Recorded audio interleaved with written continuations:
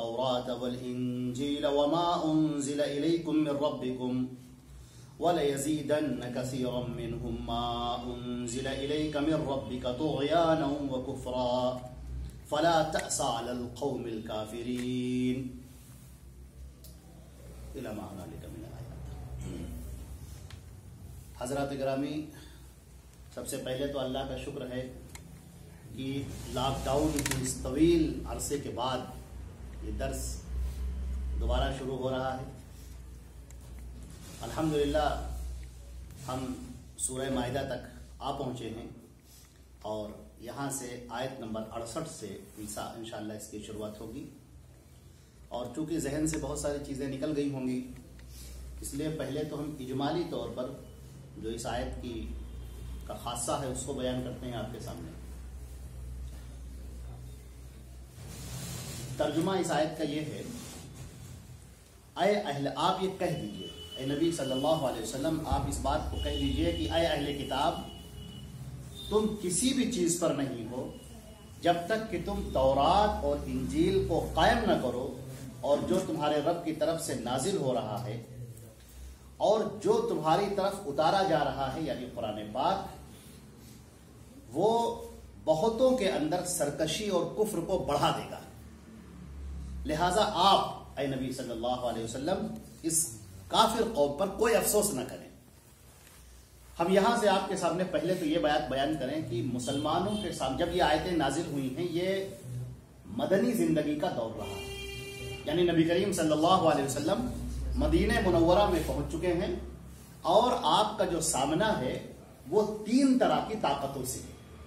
پہلی طاقت تو وہ ہے جو یہودیوں کی ہے، جن کے پاس سب سے زیادہ سرمایہ ہے اور باعتبار قوت کے اور سرمایہ کے، مالداری کے، وہ لوگوں پر زیادہ فائق ہے، اور باعتبار علم کے بھی، کیونکہ پڑھے لکھے لوگ زیادہ تر انہی کے اندر تھے. اس کے بعد کچھ تعداد نصارہ کی ہے اور زیادہ تر تعداد جو ہے وہ دور کے نصارہ کی ہے. ان کے کچھ رشتہ دار یہاں پر قائم ہیں. آبادی میں ان کا فیصد کم تھا، لیکن ان کے تعلقات چونکہ دور تک، نجران تک پھیلے ہوئے تھے، بہت دور تک، اس لیے ان کی بھی سرکشیاں جاری رہتی تھی. اور تیسری جو طاقت تھی، جو سب سے خطرناک طاقت ہے، وہ تھی مسلمانوں کے اندر جو منافقین ہیں ان کی. چنانچہ اللہ رب العزت نے ان تینوں کو الگ الگ کر کے بیان کیا ہے. سورہ آل عمران جو اس سے پہلے گزر چکی ہے، اس میں خاص طور سے عیسائیوں کو سامنے رکھ کر گفتگو کی تھی. لیکن آپ دیکھیں گے قرآن پاک میں زیادہ تر گفتگو یہود سے. اور یہ ایک بڑی حیرت انگیز بات یہ ہے کہ یہودی، ان کے اندر انتہا پسندی پائی جاتی ہے، تشدد پایا جاتا ہے.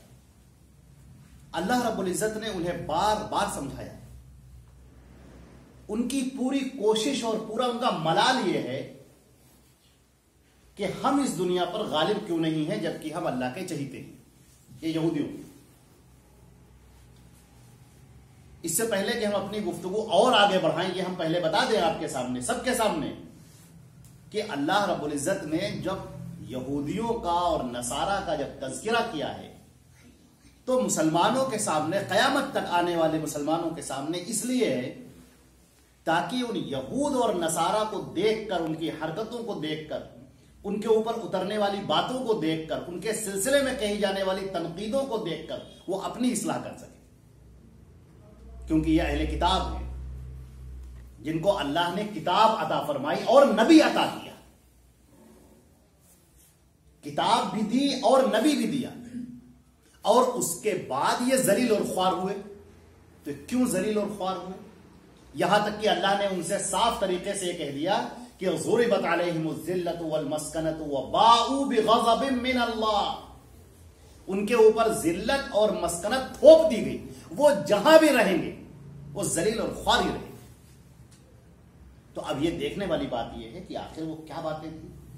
یہودی اپنے آپ کو بہت علم والا کہتے تھے، اللہ کا چہیتا کہتے تھے، اور یوں کہتے تھے کہ نحن ابناء اللہ واحباؤہ، ہم اللہ کے بیٹے ہیں، اللہ کے چہیتے ہیں، ہمارے لیے ساری آسانیاں ہیں، اور جو ہمارے اوپر جو عذاب نازل ہو رہا ہے وہ اس لیے نازل ہو رہا ہے کیونکہ ہم تھوڑا بگڑ گئے ہیں، ہمارے اندر حالات اچھے نہیں ہیں، بے دینی آ گئی ہے، اس لیے ہم بگڑ گئے، اس لیے یہ اللہ کا عذاب آ رہا ہے، وہ یہ کہتے تھے۔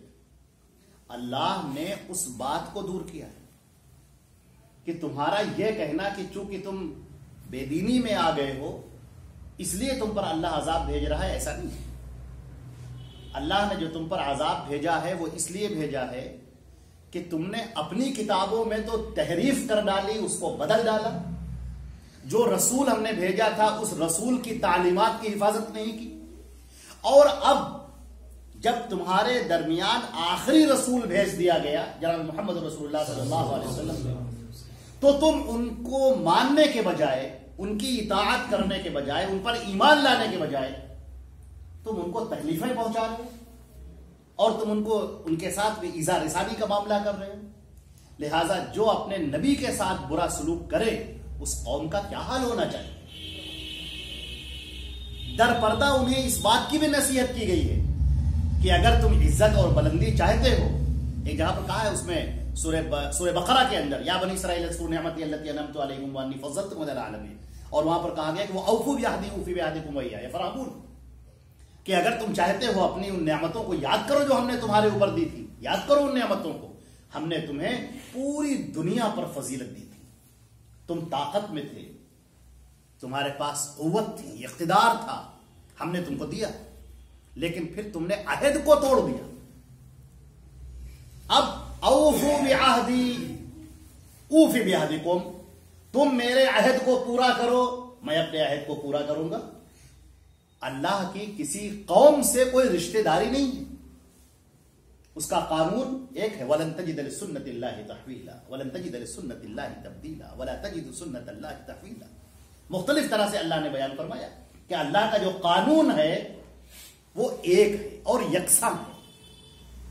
وہ قوم کیسے عزت پا سکتی ہے جو اپنے نبی کی اتباع کرنے کے بجائے وہ دوسرے راستوں سے دوسروں کی اتباع کرنے پر مصر ہو جائے، اپنے نبی کی تہذیب، ان کا طریقہ، ان کی سنت کو چھوڑ کر اور دوسروں کے طریقے کے اوپر گامزن ہو جائے، ان کے بتائے ہوئے مسائل، ان کی بتائے ہوئے احکامات، ان کے بتائے ہوئے فتوے، ان کی بتائی ہوئی روشنی، ان کی بتائی ہوئی ہدایات، ان سب کو چھوڑ کر کوئی دوسرے رخ کی طرف اگر جائے گا تو عزت تو وہاں نہیں رکھی گی۔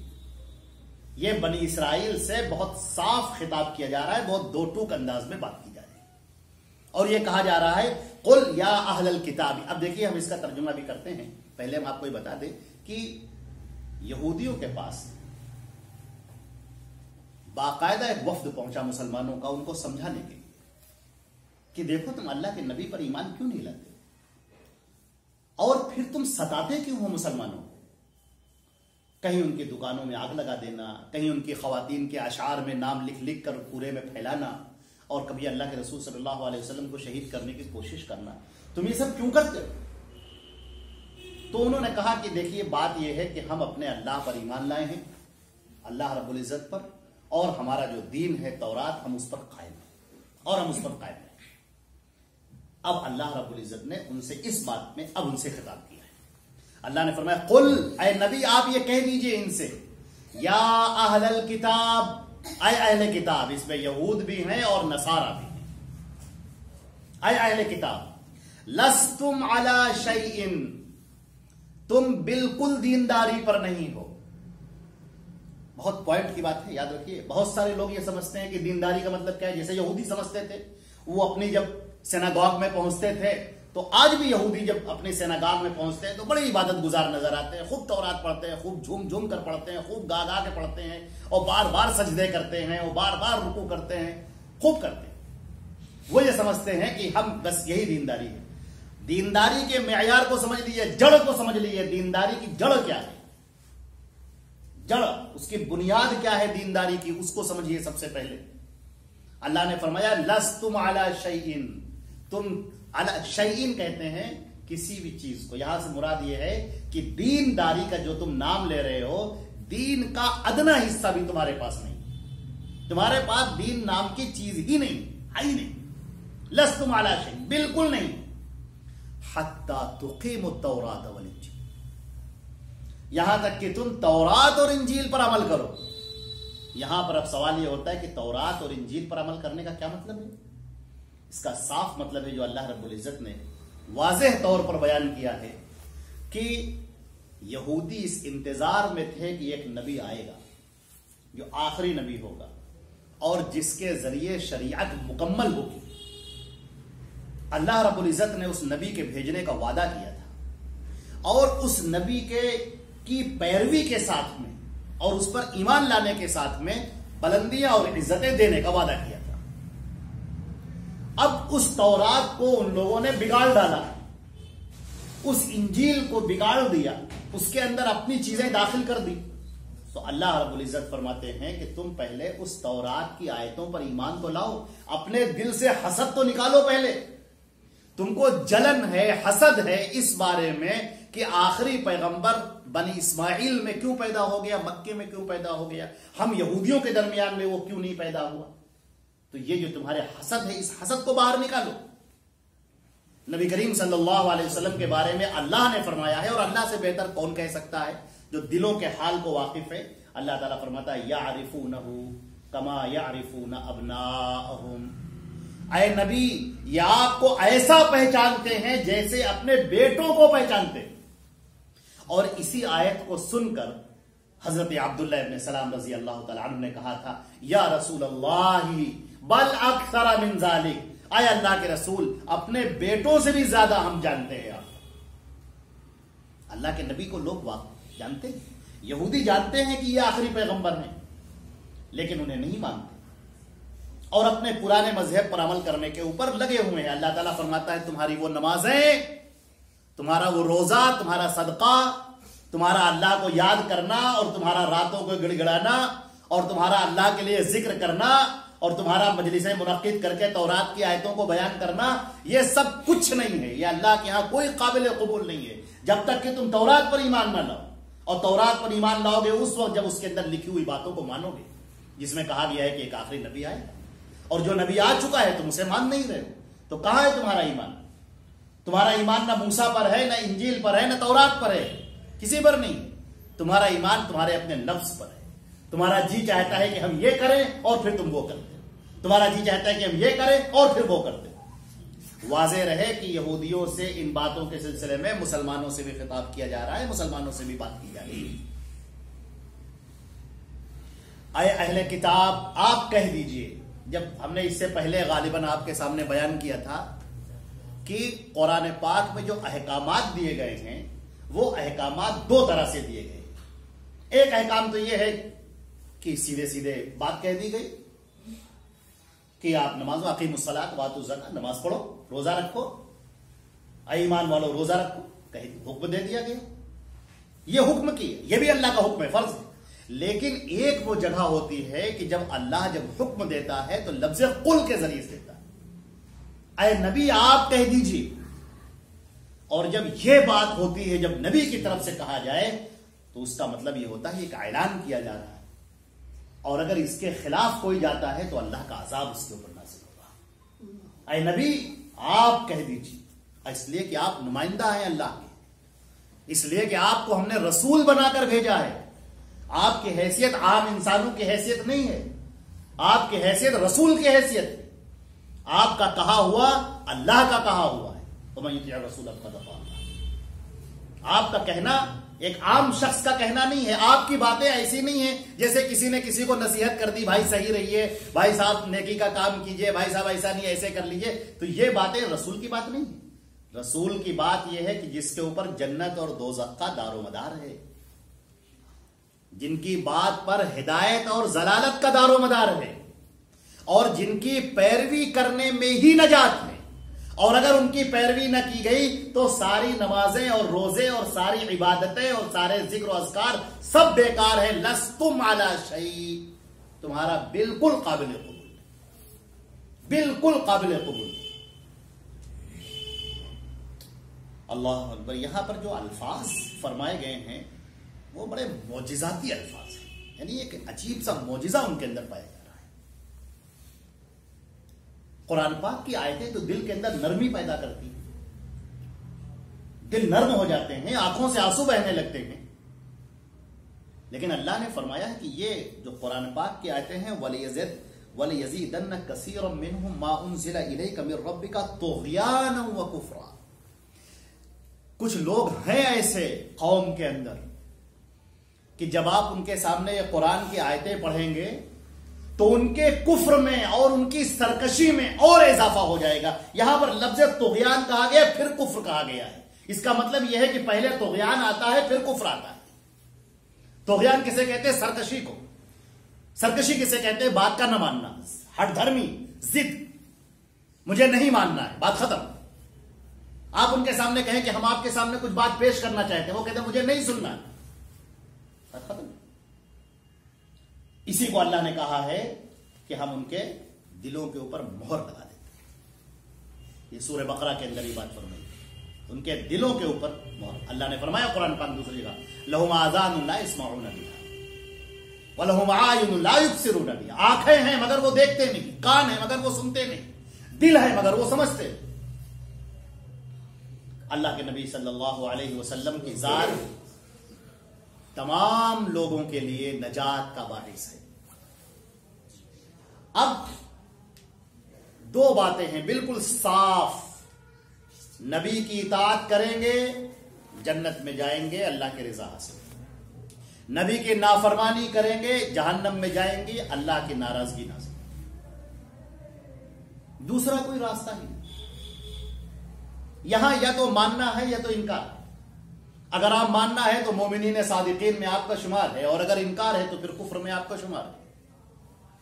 رہ گئے منافقین جو زبان سے اقرار کرتے ہیں اور دل سے بھی بات نہیں مانتے ہیں، ان کا ٹھکانہ جہنم کے سب سے نچلے طبقے میں ہوگا. ان المنافقین لفی الدرک الاسفل من النار.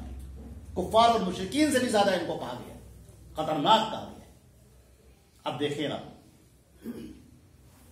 اللہ نے فرمایا کہ فَلَا تَأْسَ عَلَى الْقَوْمِ الْكَافِرِينَ. نبی آپ کا کام ہے اعلان کرنا اور گفتگو کو بتا دینا، بات کو بتا دینا، یہ آپ کا کام ہے. آپ کا کام ایک ایک کو ہدایت پر لانا نہیں. نبی اگر اس میں رہے گا کہ کون ایمان لایا اور کون نہیں لایا تو پھر وہ اپنا کام کیسے کرے گا؟ نبی کا کام ہے اعلان کرنا، دعوت کی بات پیش کرنا اور اسلام کو پیش کرنا، دین کی باتیں پیش کرنا، راستہ بیان کرنا، ہدایت کی چیزیں پیش کرنا. یہ نبی کا کام ہے. کون مانتا ہے کون نہیں مانتا ہے یہ فیصلہ اللہ کا. کس کے ساتھ کیا معاملہ کیا جائے یہ معاملہ اللہ کا ہے. اب اللہ رب العزت نے یہاں پر مومنین سے بھی اگر آپ تھوڑا سا جھانک کے دیکھیں، مسلمانوں کے اندر بھی جھانک کے دیکھیں کہ تورات کے اندر، تورات نازل ہوئی، قرآن پاک میں ایک جگہ پر فرمایا گیا ہے فیہ ھدی ونور. جو ہم نے تورات اتاری تھی اس کے اندر ہدایت تھی اور اس کے لیے روشنی تھی. تورات تھی. لیکن کیا ہوا میرے بھائیوں، میرے عزیزوں، میں چاہتا ہوں کہ جو اب یہاں پر اس بات کو آپ بہت اہم طریقے سے سمجھیں، کیونکہ یہ تاریخ کا موڑ ہے. اللہ رب العزت یہ آئینہ ہے ہمارے سامنے. اگر آپ اپنے چہرے پر پردہ ڈال لیں گے اور آئینے کے سامنے کھڑے ہوں گے تو آپ اپنے آپ کو نہیں دیکھ پائیں گے. ضروری یہ ہے کہ آپ تھوڑی جرت کریں، حوصلہ کریں اور آئینے میں دیکھیں آپ کو کیا دکھائی پڑتا ہے، آپ کو اپنی شکل اس میں کیسی نظر آتی. دیکھیے قرآن پاک یہ آئینہ ہے. یہ سورہ مائدہ اور اس سے پہلے کی جو سورے ہیں وہ ہمارے سامنے آئینہ ہے. ہم اس میں جھانک کر دیکھیں یہودیوں کا نظریہ کیا ہے. اللہ نے تورات اتاری، تورات ہدایت کے لیے تھی، ان کی نجات کے لیے تھی. اللہ نے موسیٰ جیسا عظیم پیغمبر عطا کیا. اب ہونا تو یہ چاہیے تھا کہ تمام یہودیوں کو تورات کو دانتوں تلے مضبوطی سے پکڑ لینا چاہیے تھا اور تورات پر ہی عمل پیرا ہونا چاہیے تھا اور تورات کی باتوں پر ہی عمل کرتے ہوئے اپنی زندگی بسر کر دینی چاہیے تھی. اور چاہیے تھا کہ حضرت موسیٰ علیہ السلام ان کی وہ پیروی کرتے، ان کے احکام کی حفاظت کرتے، ان کی جو گفتگو تھی، ان کی جو تشریحات تھی، ان کے جو واعظ تھے، ان کی جو نصیحتیں تھیں، ان کو یاد رکھتے اور اس پر عمل کرتے. یہ چاہیے تھا. لیکن چونکہ تورات کی ذمہ داری تو اللہ نے لی نہیں تھی، نہ تورات کی ذمہ داری لی تھی، نہ انجیل کی اللہ نے ذمہ داری لی تھی. اس لیے اب ہم کیا دیکھتے ہیں؟ یہودیوں کا نظریہ، رویہ، جس کو قرآن پاک میں بار بار واضح کیا گیا ہے. یہودیوں کے ہاں ان کے علماء اٹھے. اب دیکھیے، انسان تو دوسرے انسان سے واقف ہے. انسان کے ساتھ میں تو شیطان لگا ہوا ہے. اب یہ علماء اٹھے اور انہوں نے تشریحات کرنی شروع. میں نے علماء کا لفظ خاص طور سے اس لیے کہا ہے کیونکہ قرآن پاک نے بھی علماء کہا ہے. اتخذوا احبارهم ورهبانهم اربابا من دون اللہ. لفظ باقاعدہ اللہ نے جو الفاظ استعمال کیے, دو لوگوں کا ذکر کیا ہے. غور سے دیکھیے آپ, دو لوگ, ایک علماء اور دوسرا صوفیہ کا طبقہ جو زاہد, عابد, عبادت گزار, نیک, پرہیزگار کہلاتے ہیں, وہ طبقہ. رہبان اور دوسرے وہ علماء. علماء جن کو علم سے وابستہ کیا گیا, اور رہبان جن کو خوب ذکر و اذکار اور عبادت اور ریاضت اس کے اندر وابستہ کیا گیا. ان دونوں لوگوں کو قرآن پاک نے دین کی خرابی کا ذمہ دار ٹھہرایا ہے. علماء بھی شامل ہیں. علماء کو بھی بہت چوکنا رہنا چاہیے. اللہ رب العزت ہم سب پر رحم فرمائے. لیکن بہت چوکنے پن کی بات ہے. علماء کو اپنی حیثیت کبھی نہیں بھولنی چاہیے. ہماری حیثیت کیا ہے؟ علماء کی حیثیت کیا ہے؟ عالم کا کام ہے کہ وہ قرآن کو پڑھے, حدیث کو پڑھے, قرآن کے پیغام کو سمجھے, حدیث کو سمجھے, اور جب کوئی آدمی اس سے سوال پوچھے تو وہ یہ بتائے کہ اللہ کے رسول نے یہ فرمایا ہے, وہ وہاں سے اٹھائے اور اس تک دے دے. اگر وہ بیچ میں خیانت کرتا ہے, اگر وہ اپنی باتیں اس میں شامل کر دیتا ہے, یہود کا کردار, تورات کے اندر اپنی باتیں داخل کرنی شروع کر دی. اب مسلمانوں کے اندر یہ تو اللہ نے حفاظت کی ہے اس کتاب کی, اتنی تو جرت ہو نہیں سکتی کہ کتاب کے اندر اپنی بات داخل کریں, آیتوں میں اپنی بات داخل, وہ کر ہی نہیں سکتے, وہ اگر چاہے بھی تو نہیں کر سکتے. تو پھر انہوں نے کہاں پر اپنی باتیں داخل کی؟ قرآن کی تفسیر میں اپنی باتیں داخل کی, حدیث میں اپنی باتیں داخل کی. اللہ کی پناہ, اللہ کے رسول کے نام پر جھوٹ بولنا شروع ہو گیا. اچھا, عالم کہتے ہیں کس کو؟ جاننے والے کو. ایک عالم کا فرض ہے کہ وہ جانے کون سی بات اللہ کے رسول کی ہے اور کون سی بات نہیں ہے. یہ تو کام ہے جاننا, یہی تو ان کا کام, یہی تو ان کا پیشہ ہے, یہی تو ان کا کام ہے جاننا.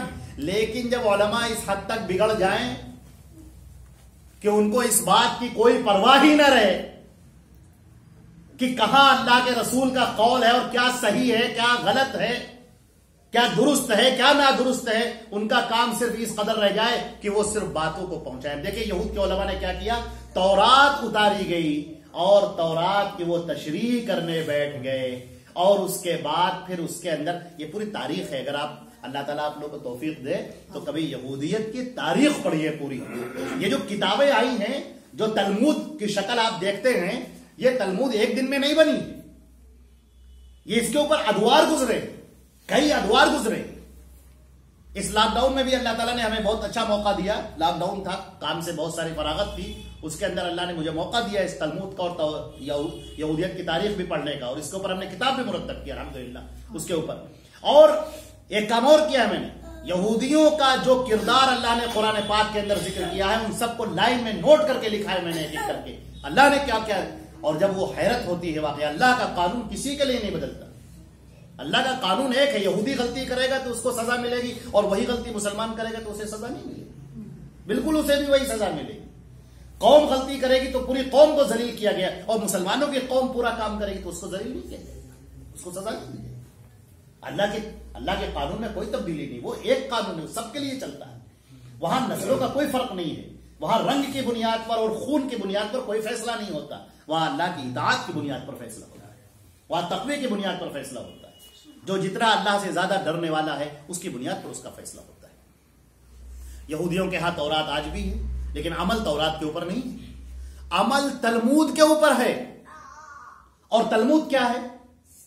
تلمود تورات کی تشریح جو علماء نے کی ہے مختلف ادوار میں, جو غور و فکر کر کے انہوں نے لکھے ہیں پورے اختلافات کے ساتھ میں, وہ ہے. قرآن پاک نے اسی کو کہا اتخذوا احبارهم ورهبانهم اربابا من دون اللہ. ان لوگوں نے اپنے علماء کو اور اپنے ان صوفیوں کو, درویشوں کو اللہ کو چھوڑ کر اپنا رب بنا لیا, اپنا رب بنا لیا. اللہ اکبر, رب بنا لیا. رب کا لفظ دیکھیے کتنا بڑا لفظ ہے, اپنا معبود بنا لیا تم نے.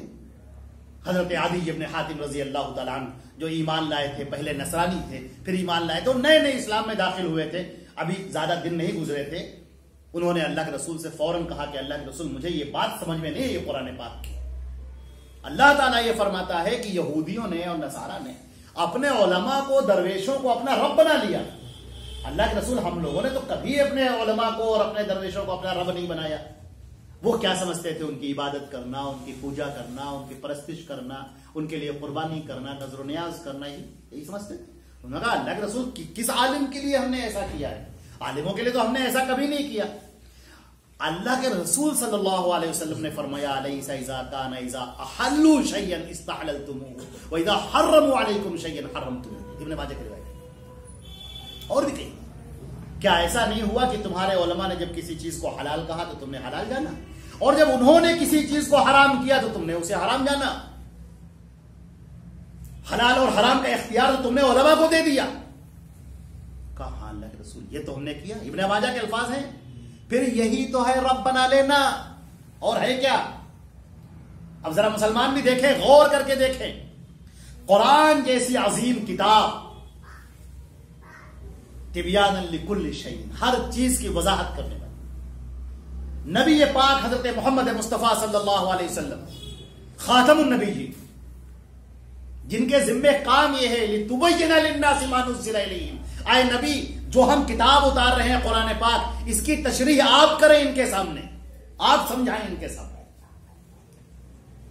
یا فرمایا کہ اللہ نے ہم کو جو چیزیں یتلو علیہم آیاتہ ویزکیہم ویعلمہم الکتاب والحکمہ، اللہ نے جو نبی بھیجا ہے وہ تمہیں قرآن پاک کی آیتوں کو پڑھ کر سناتا ہے.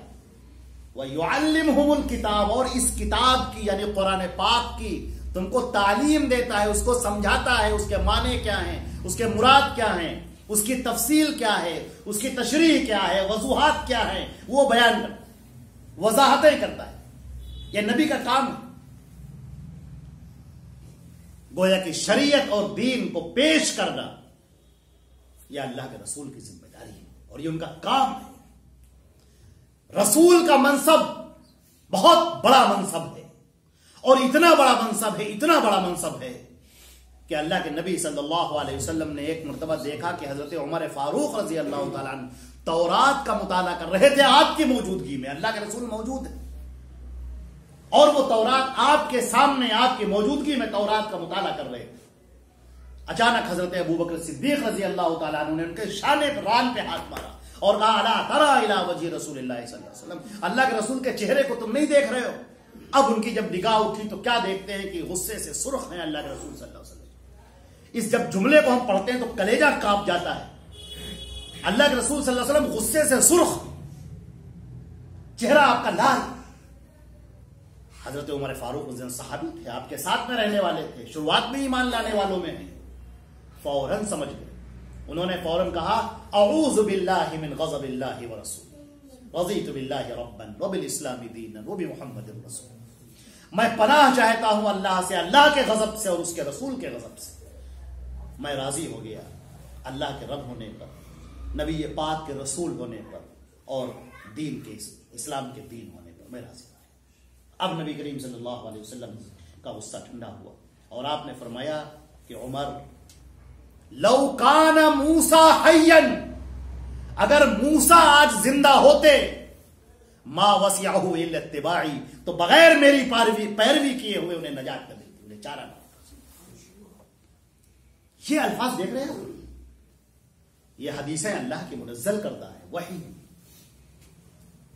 ایک قرآن پاک ہے جو اللہ کا کلام ہے، اور وحی اور دوسری وحی ہے جسے وحی خفی کہا جاتا ہے، جو اللہ کا اتارا ہوا کلام، اللہ کے معنی اور مراد جو نبی پاک کی زبان پر جاری ہوتے ہیں، الفاظ رسول اللہ صلی اللہ علیہ وسلم کے ہوتے ہیں، اور معنی اور مطلب اللہ کا ہوتا ہے. آپ اس بات کو آپ سمجھیے. اللہ کے رسول صلی اللہ علیہ وسلم کی حیثیت کیا ہے؟ وہ شریعت کو لانے والے ہیں، شریعت بنانے والے نہیں ہیں. انہوں نے اپنے گھر میں بیٹھ کے کتاب نہیں لکھی، شریعت نہیں بنائی. انہوں نے ایسا نہیں کہ اپنے دماغ سے بیٹھ کے سوچا ہو، سوچتے سوچتے پھر لکھا ہو اور کہا ہو کہ یہ صاحب دین. یہ نہیں ہے، ایسا نہیں کیا انہوں نے وہ پیش کیا جو اللہ نے ان کے اوپر اتارا، اور جو اتارا وہی دین. اس کے علاوہ جو ہے وہ سب دین کے علاوہ ہے، دین کا حصہ نہیں ہے، سب ختم.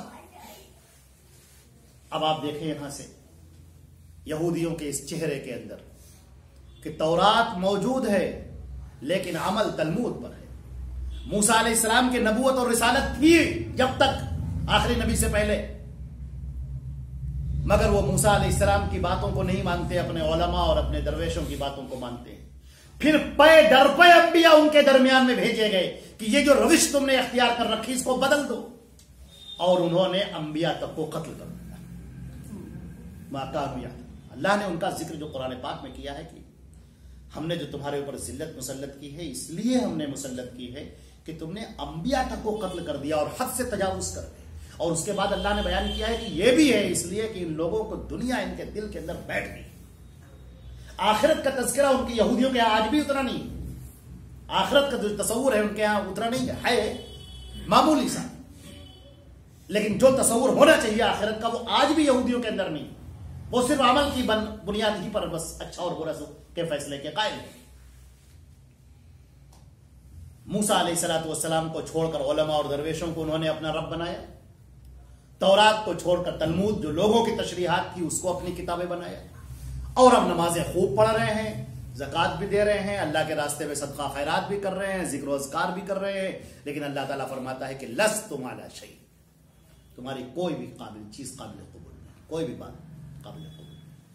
اور اللہ کے نبی صلی اللہ علیہ وسلم نے بات ارشاد فرما دی، مسلم شریف کی روایت ہے کتاب الایمان، اللہ کے رسول صلی اللہ علیہ وسلم نے واضح طور پر حضرت ابو ہریرہ رضی اللہ تعالیٰ عنہ راوی صاف طریقے سے فرمایا کہ والذی نفس محمد بیدہ، اس جان کی قسم، اس ذات کی قسم جس کے ہاتھوں میں محمد کی جان ہے، یعنی اللہ کی قسم، کہ اب ما یسمع بی یہودی ولا نصرانی من هذه الامه وما آمن بی الا کان من اصحاب النار. اب کوئی بھی یہودی ہو یا نصرانی ہو یا کوئی اور کسی امت کا میرے بارے میں سنے اور مجھ پر ایمان نہ لائے تو اب وہ جہنمی ہوگا. رسول کی اطاعت سے انکار دو طرح سے ہوتا ہے. ایک تو بالکلیہ رسالت کا انکار کر دینا کہ ہم آپ کو مانتے ہی، یہ کفر ہے، یہ جہنم کا راستہ ہے. الا کان من اصحاب النار، جہنمی ہوگا.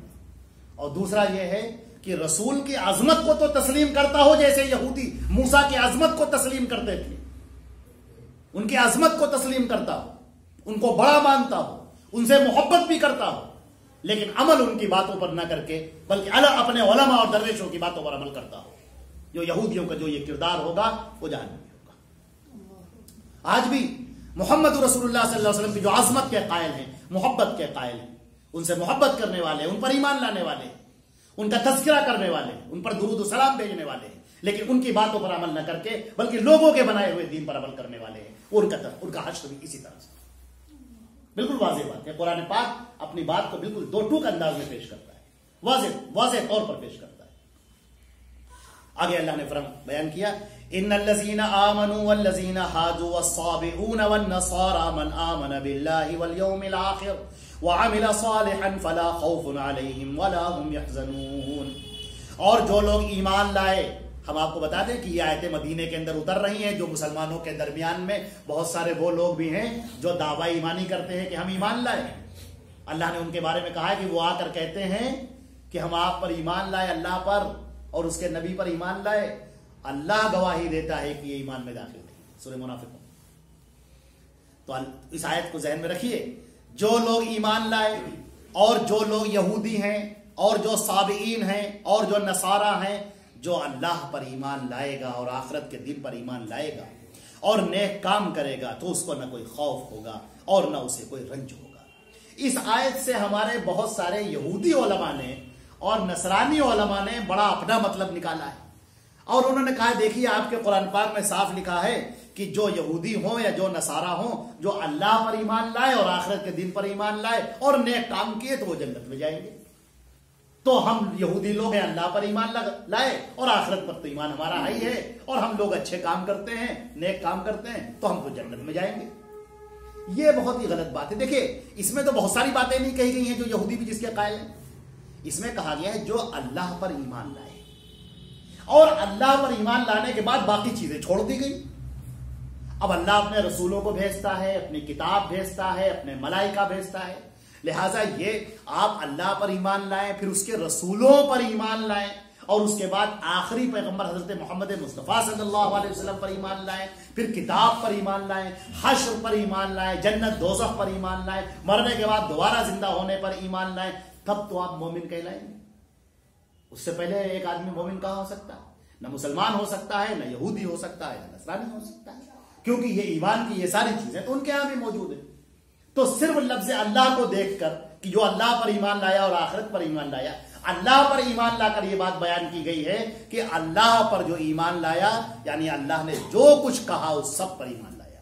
اللہ رسول بھیجتا ہے، ان پر ایمان لایا۔ اللہ نے آخری پیغمبر بھیجا حضرت محمد مصطفیٰ صلی اللہ علیہ وسلم کو، اس پر ایمان لایا۔ اللہ تعالیٰ نے کتابیں اتاری، اس پر ایمان لایا۔ آخری کتاب قرآن پاک اتاری، اس پر ایمان لایا۔ جنت اور دوزخ پر ایمان لایا، ملائکہ کے وجود پر ایمان لایا، مرنے کے بعد دوبارہ زندہ ہونے پر ایمان لایا، اور تقدیر پر ایمان لایا۔ یہ ساری چیزیں شامل ہیں، اور آخرت کا ذکر اس طور پر کیا گیا ہے تاکہ انسان کے اندر ڈر اور خوف پیدا ہو کہ اس اللہ کے سامنے اسے کھڑا ہونا ہے۔ جس اللہ کے لیے وہ عبادتیں کر رہا ہے، کیا اس کی عبادتیں اس اللہ کے سامنے پیش کرنے کے لائق ہیں؟ وہ انکار کر رہا ہو اللہ کی ربوبیت کا، اللہ کی الوہیت کا، وہ شرک کر رہا ہو صبح بھی اور شام بھی، اور اس کے بعد وہ یہ سمجھے کہ نہیں ہم تو جنت کے اندر جائیں گے، تو یہ کیا خیالات ہیں؟ دل کا امانی ہو، بس یہ ان کے آرزویں ہیں۔ قرآن پاک نے کہا ہے کہ یہ آرزویں ہیں، جیسے شیخ چلی خواب دیکھتا ہے اسی طریقے سے شیخ چلی کے خواب ہیں یہ، بس آپ سوچتے رہیے۔ حقیقت یہ ہے کہ حقیقت کی دنیا میں جنت اسی کو نصیب ہوتی ہے جو اللہ اور اس کے رسول پر ایمان لانے والا اور جو نیک کام کرنے والا۔ اللہ نے فرمایا لقد اخذنا میثاق بنی اسرائیل، اور ہم نے بنی اسرائیل سے عہد لیا تھا۔ یہ 10 کمانڈمنٹس کہلاتے ہیں، عہد نامہ کہلاتا ہے ان کا۔ ہم نے بنی اسرائیل سے عہد، سورہ بقرہ میں بھی اس کا ذکر آ چکا ہے۔ وارسلنا الیہم رسلا، اور ہم نے ان کے درمیان پے در پے پیغمبر بھیجے، بہت سارے پیغمبر بھیجے۔ کلما جاءہم رسول بما لا تہوی انفسہم، جب بھی ان کے پاس کوئی رسول آیا اور اس نے وہ باتیں پیش کی جو ان کا دل نہیں مانتا، جو ان کا دل تسلیم نہیں کرتا، دل نہیں مانتا، فریقا کذبوا وفریقا یقتلون، کچھ لوگوں نے تو رسول کو جھٹلا دیا اور کچھ لوگوں نے ان رسولوں کو قتل کر دیا۔ یہ کردار ہے یہودیوں کا، یہ کردار پیش کیا گیا کہ تم صرف یہ دیکھتے ہو کہ تمہارا دل کیا کہتا ہے، تمہارا ذہن کیا کہتا ہے۔ ایک مومن کو سن لینا چاہیے، مسلمان، اے مسلمان غور سے سن، مسلمان کا کام یہ ہے کہ اللہ کے رسول کے حکم کے سامنے جھک جائے، بس اللہ کے رسول کا حکم آئے اور وہ فوراً جھک جائے۔ اللہ نے قرآن پاک میں کہا ہے وَمَا كَانَ لِمُؤْمِنٍ وَلَا مُؤْمِنَةٍ إِذَا قَضَى اللَّهُ وَرَسُولُهُ أَمْرًا أَن يَكُونَ لَهُمُ الْخِيَرَةُ مِنْ أَمْرِهِمْ، کہ کسی مومن مرد کے لیے، کسی مومن عورت کے لیے اس بات کی اجازت نہیں ہے کہ اللہ اور اس کا رسول جب کوئی فیصلہ کر دے تو اب ان کو کوئی اختیار حاصل ہو جائے، کریں یا نہ کریں، کوئی اختیار حاصل نہیں۔ ایک جگہ پر فرمایا کہ وہ سلموا تسلیما، مکمل سرنڈر کر دیں، مکمل بات مان لیں۔ اللہ کا حکم آ گیا، اس کے رسول کا حکم آ گیا، اب اس بات کی اجازت نہیں ہے کہ آپ یہ کہیں ارے صاحب یہ بھی تو ٹھیک ہے اور وہ بھی ٹھیک ہے، عمل کریں نہ کریں سب ٹھیک ہے۔ یہ کون سی بات ہوئی؟ عمل کرے نہ کرے یہ کیسے ٹھیک ہو گیا بھائی؟ آپ کبھی دکان کے اوپر جاتے ہیں سامان خریدنے کے لیے، دیکھیے ذرا سا مینٹلٹی کی بات ہے۔ اگر مان لیجئے 50 کا نوٹ یا 10 کا نوٹ دکاندار نے آپ کو دیا اور ذرا سڑا گلا ہے، تھوڑا پھٹا ہے، نچا ہوا ہے، پھٹا ہوا ہے، نوٹ تو صحیح ہے نا، لیکن آپ نہیں لیتے۔ ارے پھٹا نچک تو بات جانے دیجئے، اگر ایک نوٹ بہت ہی کرارا سا اچھا سا ہے اور دوسرا نوٹ سڑا گلا سا ہے تو آپ کہتے ہیں نہیں وہ نوٹ تو یہ نوٹ نہیں، اس کو رکھو، حالانکہ نوٹ تو ایک ہی۔ مینٹلٹی آپ کی یہ ہے کہ جب دنیا کا معاملہ آتا ہے تو اچھے سے اچھا تلاش کرتے، بہتر سے بہتر، شاندار سے شاندار، چاہے وہ کپڑا لینا ہو، چاہے وہ جوتا لینا ہو، چاہے وہ ٹوپی لینی ہو یا گھڑی لینی ہو۔ دنیا کے معاملے میں موم بتی کا پیکٹ خریدنا ہو تب بھی، ماچس کا پیکٹ خریدنا ہو تب بھی، صابن خریدنا ہو تب بھی نوٹ لیتے ہیں اچھا دیکھ، اور دین کا جب معاملہ آتا ہے تو آنکھوں کو بالکل بند کر لیتے ہیں جیسے شترمرغ جب طوفان کو دیکھتا ہے تو اپنے سر کو ریت کے اندر دھسا لیتا ہے اور وہ سمجھتا ہے نہیں سب ٹھیک ہے. سب کیسے ٹھیک ہے بھائی؟ اللہ نے آپ کو عقل دیا ہے, آپ کو شعور دیا ہے, اپنے دماغ کا استعمال کیجئے. ایک حدیث وہ ہے جو بالکل روشن ہے اور ایک وہ حدیث ہے جس پر ہزاروں طرح کی جرحیں موجود ہیں. ایک کو حدیث صحیح کہا جا رہا ہے, ایک کو حدیث ضعیف کہا جا رہا ہے. آپ کہیں نہیں صاحب دونوں ٹھیک ہے. دونوں کیسے ٹھیک ہے؟ یہ دونوں کیسے برابر ہیں؟ دنیا کے معاملے میں تو دونوں برابر نہیں ہوتے. وہاں کے معاملے میں تو بالکل اچھے سے اچھا آپ کو چاہیے, تو دین کے معاملے میں بہتر سے بہتر کیوں نہیں؟ دین کے معاملے میں جو بالکل ڈنکے کی چوٹ پر کہی جانے والی حدیث ہے اس کو کیوں نہیں لیتے؟ اس کا انکار کیوں, اس کا رد کیوں, اس کا اگر انکار نہیں تو کم سے کم بے عملی کیوں؟ دین کا معاملہ ہے جہاں پر ہر جھوٹ بولنے والے کے جھوٹ کو قبول کر لیا جائے, ہر منکر روایت کو قبول کر لیا جائے, ہر موضوع روایت کو قبول کر لیا جائے, شاذ روایت کو قبول کر لیا جائے, جھوٹے قصے بنا کر پھیلا دیے جائے, تفسیروں کی کتابوں میں بھر دیے جائے, اعمال کے نام پر بھر دیے جائے, فقہ کے نام پر بھر دیے جائے, مسئلے مسائل کے نام پر بھر دیے جائے, جن باتوں کو اللہ کے رسول نے کبھی نہیں کہا, پوری زندگی میں ایک بار اپنی زبان سے ادا نہیں کیا, وہ ہمارے گلوں کی زنجیریں بنے ہوئے اور ہم اس پر عمل کرتے ہیں. ہم کہتے ہیں ہماری فقہ میں لکھا ہوا ہے. دین کہاں ہے آپ کا؟ دین قرآن و حدیث کا نام ہے, اللہ کے رسول کے فرمان کا نام ہے, اور ان کے بعد اب کسی کے اوپر وہی نہیں آئے گی. دجال ہے وہ جو آپ کوئی نبوت کا اعلان کرے, جھوٹا ہے وہ. اللہ کے رسول کے اوپر اللہ نے فرمایا الیوم اکملت لکم دینکم, آج کے دن میں نے تمہارا دین مکمل کر دیا. کمپلیٹڈ کسے کہتے ہیں؟ کمپلیٹ ہونا, مکمل ہونا کسے کہتے ہیں؟ مکمل ہو گیا وہ. اور آپ کہیں نہیں نہیں وہ تو, ارے صاحب حدیثیں اتنی نہیں ہے جس سے زیادہ مسائل ہیں. بالکل آپ یقین کیجئے, میں پورے شرح صدر سے کہہ رہا ہوں, تورات 40 الواح میں تھی اور تلمود اس وقت آپ جو دیکھ لیں وہ تو الواح بڑی لمبی شکلوں میں تھی. اس وقت کی جو تورات موجود ہے وہ تو مختصر سی ہے, اس کا بھی حصہ نہیں ہوگا, وہ تھوڑا مختصر سی تورات ہے اس وقت اولڈ ٹیسٹامنٹ کے نام سے. اور تلمود 18 جلدوں میں ہے. تلمود مسائل کا مجموعہ بے شمار, یا آپ زمین کے اوپر رکھیے تو یہاں سے وہاں تک اس کی تشریحات بھرتی ہوئی چلی جائیں, اور یہ سب مسائل آپ کا حصہ ہے. آج اللہ کے رسول کے اتنے قول نہیں تھے جتنے زیادہ مسائل ہیں. ایک ایک چیز میں مسئلہ, چھوٹی چھوٹی باتوں میں مسئلہ, باتوں میں مسئلہ. یہ ہے دین, یہ ہے دین, اس کا نام ہے دین, اس کا نام ہے دین, یوں ہے دین, یوں ہے. بالکل ایک پٹارے کھلے ہوئے ہیں, جس کا جی چاہے ڈھول بجا رہا ہے, آؤ آؤ یہ دیکھو یہ بھی دین ہے, یہ بھی دین ہے. دین وہ ہے جو محمد رسول اللہ صلی اللہ علیہ وسلم لے کر آئے ہیں بس, اور ان کے علاوہ کچھ بھی دین نہیں ہے. وہ آپ کا دماغ ہو سکتا ہے, آپ کی سوچ ہو سکتی ہے, آپ کی فکریں ہو سکتی ہیں, بس بات ختم. دین وہی ہے جو حضرت محمد مصطفیٰ صلی اللہ علیہ وسلم لے کر آئے ہیں, جو آپ نے باتیں پیش کی ہیں, جو آپ نے امت کے سامنے پیش کیا ہے. اور جن باتوں میں آپ خاموش رہ گئے تو اللہ رب العزت العلیم والخبیر ہے, اس کو جو نازل کرنا تھا وہ نازل کر چکا ہے. اگر کسی مسئلے میں اللہ اور اس کا رسول خاموش ہے تو آپ بھی خاموش رہیے, تو چھوڑ دیئے اس کے حال. چنانچہ بات اللہ تبارک تعالیٰ نے بالکل واضح طور پر فرمائی ہے کہ ان کا معاملہ یہ ہوا کہ جب وہ اپنے نبی سے ہٹے, جب اپنی کتاب سے ہٹے, تو ہم نے ان کو سمجھانے کے لیے بار بار نبیوں کو بھیجا, مگر ان کے لوگوں نے اپنے دل کو مانتے ہوئے, بما لا تہوی انفسہم, جس سے ان کا دل خوش نہیں ہوتا, جس سے ان کا دل مطمئن نہیں ہوتا, اس بات کو جب نبیوں نے پیش کیا تو انہوں نے نبیوں کو یا تو جھٹلا دیا اور یا تو انہیں قتل کر. اللہ رب العزت نے فرمایا ہے وَحَسِبُوا أَن لَّا تَكُونَ فِتْنَةٌ, وہ کیا سمجھتے تھے کہ ان کی آزمائش نہیں ہوگی. وہ سمجھتے تھے کہ بس ہم چاہے جو کچھ کریں ہمیں چھوڑ دیا جائے گا. اور مسلمان بھی بیچارے یہی سمجھتے رہے کہ ہم چاہے جو کچھ کریں, چاہے کفر کریں, چاہے شرک کریں, اور ہم کو بالکل سب چھوڑ دیا جائے گا, کوئی کچھ نہیں کہے گا. اللہ کا قانون ہے, اللہ اپنے بندوں کو اس طرح سے نہیں چھوڑتا. ذالک بما کسبت ایدیکم, تمہارے ہاتھوں کے کرتوتے ہیں جو تم اپنی آنکھوں سے دیکھ رہے. جو ذلت اور خواری تم پر مسلط ہے, یہ ذلت اور خواری تمہارے اعمال کا نتیجہ ہے. اللہ رب العزت نے فرمایا ہے کہ ان کا خیال یہ تھا, وہ گمان یہ کر رہے تھے کہ کوئی فتنہ نہیں ہوگا, وہ اندھے ہو, بہرے ہو. یہاں پر تمام مفسرین نے لکھا ہے کہ اندھے اور بہرے ہونے کا مطلب وہی ہے جو قرآن پاک میں دوسری جگہ پر کہا گیا ہے کہ لہم اعین لا یبصرون بہا ولہم آذان لا یسمعون بہا، آنکھیں ہیں مگر وہ دیکھتے نہیں ہیں، کان ہیں مگر وہ سنتے نہیں ہیں۔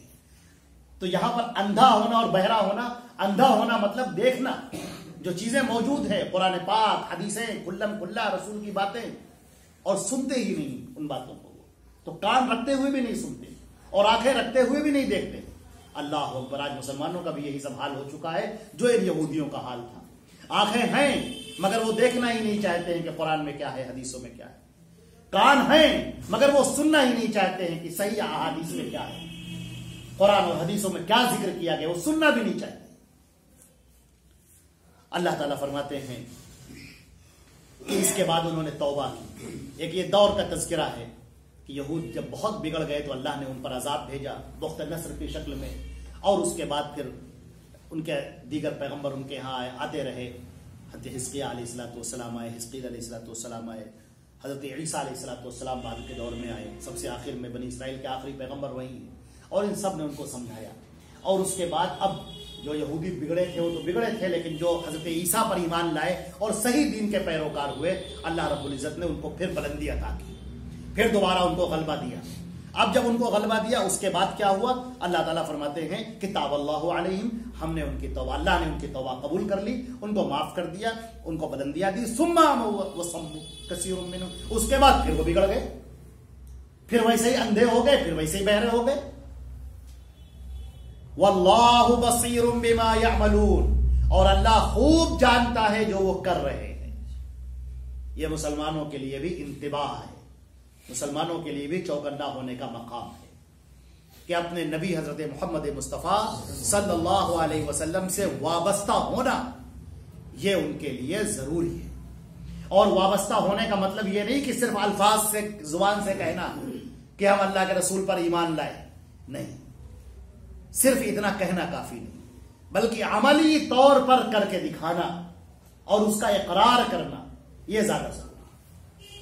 آگے جو تذکرہ ہو رہا ہے، اب ہم اپنی بات یہاں پر روکتے ہیں کیونکہ اب یہاں سے جو گفتگو شروع ہو رہی ہے وہ نبی کے بارے میں ہو رہی ہے کہ نبی کے ساتھ میں ان کا دوسرا رخ کیا رہا۔ گفتگو کا ایک حصہ یہ ہے کہ نبی کا انکار، نبی کی باتوں پر عمل نہ کرنا، نبی کی باتوں سے منہ موڑنا، درویشوں اور علماء کی باتوں پر عمل کرنا، جو دین کے خلاف باتیں ہوں ان باتوں کو اختیار کرنا اور اس کو دین سمجھنا اور اس پر چلنا، ایک گفتگو کا حصہ یہ ہے۔ اور دوسری گفتگو کا حصہ اور ہے، وہ حصہ نصارہ سے متعلق ہے، وہ یہ کہ رسول کو وہ مقام دے دینا جو مقام الوہیت کا ہے، جو مقام اللہ کا ہے۔ کہنے والوں نے یہاں بھی کہا، مسلمانوں میں بھی کہا، کہنے والوں نے کہا احد اور احمد میں میم کا فرق ہے۔ وہی جو مستوی عرش تا خدا ہو کر اتر پڑا ہے مدینے میں مصطفیٰ ہو کر، کہا لوگوں نے اللہ کے پلڑے میں وحدت کے سوا کیا ہے، جو کچھ ہمیں لینا ہے لے لیں گے محمد سے۔ اب آپ یہ جب آیتیں پڑھیں گے انشاءاللہ اگلے درس میں اس کا بیان ہوگا، آپ اور تفصیل سے انشاءاللہ اس کو ہم بیان کریں گے، اور اس قول میں صوفیہ نے کیا کہا ہے انشاءاللہ اس کو بھی ہم بیان کریں گے۔ لیکن یہ دوسرا جو پہلو ہے قرآن پاک جہاں پر پیش کرتا ہے اس کو بھی بہت سمجھنے کی ضرورت ہے کہ اس بنیاد پر بھی عذاب نازل کیا گیا کہ رسول کو رسول نہ رہنے دیا گیا، رسول کو الہ بنا دیا گیا، مقام الوہیت پر اس کو پہنچا دیا گیا۔ اللہ نے اس کا بھی یہاں پر ذکر کیا ہے، اور ہم اپنی بات کو یہاں پر ختم کریں گے کہ نبی کریم صلی اللہ علیہ وسلم کا جب آخری وقت تھا اس دنیا سے، جب آپ جا رہے تھے تو اپنی آپ کے بخار چڑھا ہوا تھا اور ایک پیالے میں پانی تھا، لگن میں پانی رکھا ہوا تھا، اپنے چہرے پر بار بار چہرے پر ہاتھ پھیرتے تھے، چہرہ سرخ تھا، اور آپ کہتے تھے کہ اللہ لعنت کرے یہود اور نصارہ پر، انہوں نے اپنے انبیاء کی قبروں کو سجدہ گاہ بنا دیا۔ اور آپ نے اس سے چند دن پہلے کہا تھا کہ سنو لا تطرنی کما اطرت النصارى عیسی ابن مریم، مجھے اتنا مت بڑھانا جیسے عیسائیوں نے عیسیٰ ابن مریم کو بڑھایا۔ انما انا عبد اللہ ورسولہ، میں اللہ کا بندہ ہوں، اس کا رسول ہوں۔ فقولوا عبد اللہ ورسولہ، مجھے اللہ کا بندہ کہنا، اس کا رسول کہنا۔ لیکن آج بالکل وہی حالت ہے جو عیسائیوں نے عیسیٰ کے بارے میں رکھی۔ اگر آپ مطالعہ کریں اور یہ دیکھیں کہ عیسائیوں کا عیسیٰ علیہ السلام کے بارے میں کیا عقیدہ ہے، وہ عقیدہ، اور مسلمانوں کے ایک فرقے کا، فرقہ بریلویہ کا، اللہ کے رسول کے بارے میں کیا عقیدہ ہے، دونوں کا آپ ٹیلی کر لیجیے، دونوں کا موازنہ کر لیجیے، اور ان آیتوں کو پڑھیے جو آیتیں اس کے آگے سے ہیں، ہم اس کا ترجمہ آپ کر دیتے ہیں۔ لقد کفر الذین قالوا، ان لوگوں نے کفر کیا جنہوں نے یہ کہا ان اللہ هو المسیح ابن مریم، اللہ تعالیٰ مسیح ابن مریم ہے، مسیح ابن مریم اللہ تعالیٰ ہے، اللہ تعالیٰ مسیح ابن مریم ہے۔ ٹرینٹی کا عقیدہ، تین مل کر ایک ہوتے ہیں، ایک مل کر تین ہوتے ہیں، عیسیٰ، روح القدس اور اللہ، اللہ، روح القدس اور مریم، اختلافات کے ساتھ، عیسائیوں کے اختلافات کے ساتھ، لیکن ٹرینٹی کا عقیدہ سارے عیسائیوں کا، سب کا، جو اللہ ہے وہی عیسیٰ ابن مریم ہے، جو عیسیٰ ابن مریم ہے وہی اللہ ہے، اللہ باپ ہے اور عیسیٰ ابن مریم نعوذ باللہ من ذالک اس کے بیٹے ہیں۔ آگے انشاءاللہ اس کا ہم درس دیں گے بعد میں، اور اس بات کو یہیں پر روکتے ہیں، اس لیے کہ یہ گفتگو ابھی اور کرنے کے لائق ہے۔ کلام پاک کی آیت کا ہم ترجمہ کر دیتے ہیں۔ ان لوگوں نے کفر کیا جنہوں نے کہا کہ اللہ عیسیٰ ابن مریم ہی ہے، اور کہا وقال المسیح، اور عیسیٰ ابن مریم نے کہا تھا علیہ الصلوۃ والسلام، اس نے اپنے قوم سے کہا تھا یا بنی اسرائیل، اے بنی اسرائیل کے لوگوں، اعبدوا اللہ، اللہ کی عبادت کرو، ربی و ربکم، جو میرا بھی رب ہے اور تمہارا بھی رب ہے، انہو، سن لو، بے شک من یشرک باللہ، جو اللہ کے ساتھ میں شرک کرے گا، فقد حرم اللہ علیہ الجنہ، اللہ نے جنت کو اس پر حرام کر دیا، ومأواہ النار، اور اس کا ٹھکانہ جہنم ہے، وما للظالمین من انصار، اور ظالموں کا کوئی بھی مددگار نہ ہوگا۔ یہ جو عقیدہ ہے مختار کل کا، اور یہ کہ کل قیامت کے دن عیسیٰ مسیح ہمیں جنت میں داخل کر دیں گے اور ہم ان پر ایمان لائیں تو ہم کو جنت میں داخل کر دیں گے، وما للظالمین من انصار، کسی کو کوئی مدد نہیں ملے گی شرک کرنے کے بعد۔ مسلمانوں کا عقیدہ یہ ہے، کون دیکھے گا خطائیں آپ کے ہوتے ہوئے، ایک شرکیہ نعت بہت چلی ہے لوگوں میں، کون دیکھے گا خطائیں آپ کے ہوتے، یعنی آپ ہیں تو اب ہم لوگ کی خطائیں گناہ کون دیکھے گا، سیدھے سیدھے جنت میں داخل کر دیا جائے گا۔ ٹھیک ہے، تم محمد صلی اللہ علیہ وسلم پر ایمان لانے والے ہو، نعتیں پڑھنے والے ہو، اچھا بہت نعتیں پڑھتے تھے تم، ہاں ٹھیک ہے چلو جنت میں جاؤ۔ یہ عیسائیوں کا عقیدہ اور مسلمانوں کا عقیدہ بالکل آپس میں ٹیلی کرتا ہے۔ اللہ تعالیٰ نے مجھے توفیق دی تو اس کے بارے میں ابھی اور وضاحتیں ہیں، کچھ اور بھی کرنی ہے، اپنی اس بات کی اسی بات پر ختم کرتے ہیں۔ اللہ رب العزت ہماری اور آپ کی مغفرت فرمائے، صحیح دین پر چلنے کی توفیق عطا فرمائے، دین اسلام پر قائم رہنے کی اور دوسروں تک اس کو پہنچانے کی توفیق عطا فرمائے۔ وآخر دعوانا الحمدللہ رب العالمین، والسلام علیکم ورحمۃ اللہ۔